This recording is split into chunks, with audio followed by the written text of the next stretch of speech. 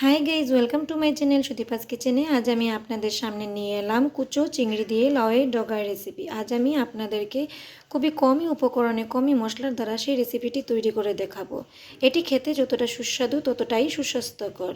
ভিডিওটি শেষ না হওয়া পর্যন্ত আপনারা সঙ্গে থাকুন। উপকরণের জন্য এখানে আমি নিয়েছি লাউয়ের ডগা, সঙ্গে একটি বড় সাইজের আলু চৌকো করে কেটে নিয়েছি, আর নিয়েছি বেশ কিছুটা পরিমাণ চেরা কাঁচা লঙ্কা ও সামান্য কিছু কচু চিংড়ি। এখন আমি নুন হলুদ দিয়ে কচু চিংড়িটিকে ভেজে তুলে নেব। সামান্য একটু নুন দিয়েছি ও সামান্য একটু হলুদ গুঁড়ো। এখন আমি চুলোতে প্যানটি বসিয়ে দিয়েছি। আমার প্যানটি গরম হয়ে আসছে। এখন আমি সেটাতে কিছুটা পরিমাণ তেল দিয়ে দেব।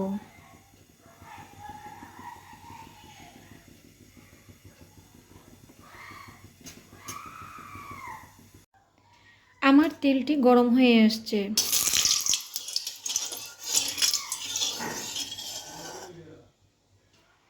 এখন আমি সেটাতে নুন হলুদ দিয়ে যে কুচো চিংড়িটা রেখেছিলাম সেটি আমি ভেজে তুলে নেব।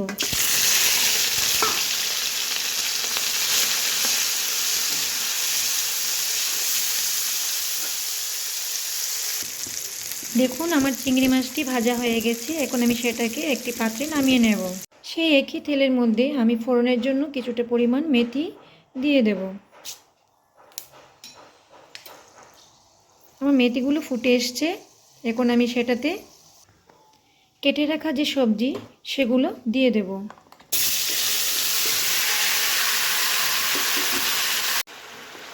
বেশ কিছুটা পরিমাণ চেরা কাঁচা লঙ্কা দিয়ে দেব।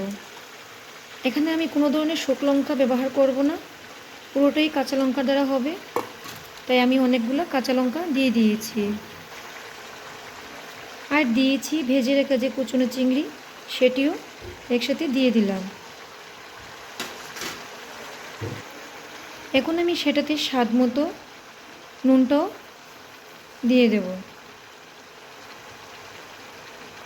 আমি এখানে আমার স্বাদ মতো নুনটা দিয়েছি, আপনারা আপনাদের পছন্দ মতো দেবেন। কালারের জন্য কিছুটা পরিমাণ হলুদ গুঁড়ো দিয়ে দিলাম।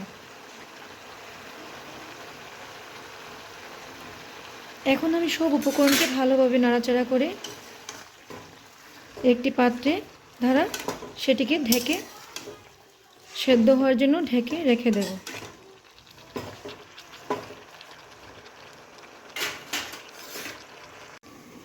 এখন আমি ঢাকনাটি তুলে দেখে নেব যে আমার সবজিটি কতটা পরিমাণ সেদ্ধ হয়ে এসছে।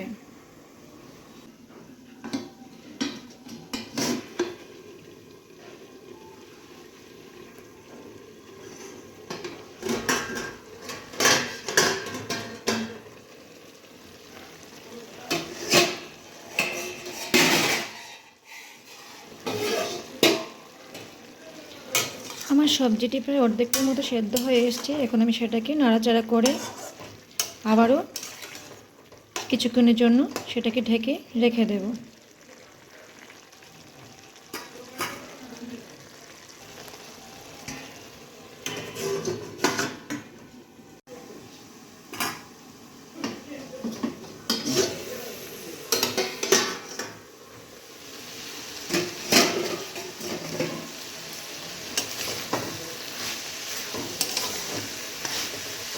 দেখুন, আমি এখানে একটা আলু কেটে দেখাচ্ছি। দেখুন, আমার সবজিগুলি পুরোপুরিভাবে সেদ্ধ হয়ে এসছে।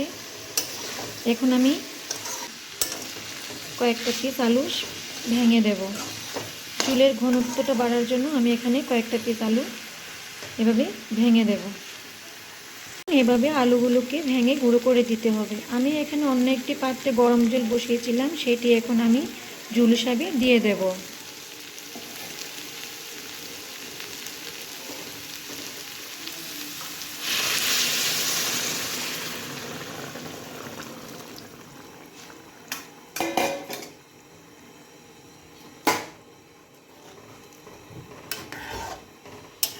এখন আমি সেটা জাল হওয়ার জন্য অপেক্ষা করব।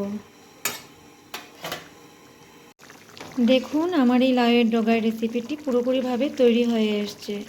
আপনারা দেখতেই পেয়েছেন যে আমি খুবই কমই উপকরণে কমই মশলা দ্বারা সেই রেসিপিটি আমি তৈরি করে নিয়েছি। এটা খেতে যতটা সুস্বাদু ততটাই সুস্বাস্থ্যকর। আপনারা অবশ্যই সেটা একবার ঘরে ট্রাই করে দেখবেন। এখন আমি সেটাকে একটি পাত্রে নামিয়ে দেখুন আমার এই লাউয়ের ডগার রেসিপিটি পুরোপুরিভাবে তৈরি হয়ে এসছে। যদি আমার এই রেসিপিটি আপনাদের ভালো লেগে থাকে তাহলে আপনারা অবশ্যই আমার চ্যানেলটিকে লাইক, কমেন্ট, শেয়ার এবং সাবস্ক্রাইব করে দেবেন। ধন্যবাদ।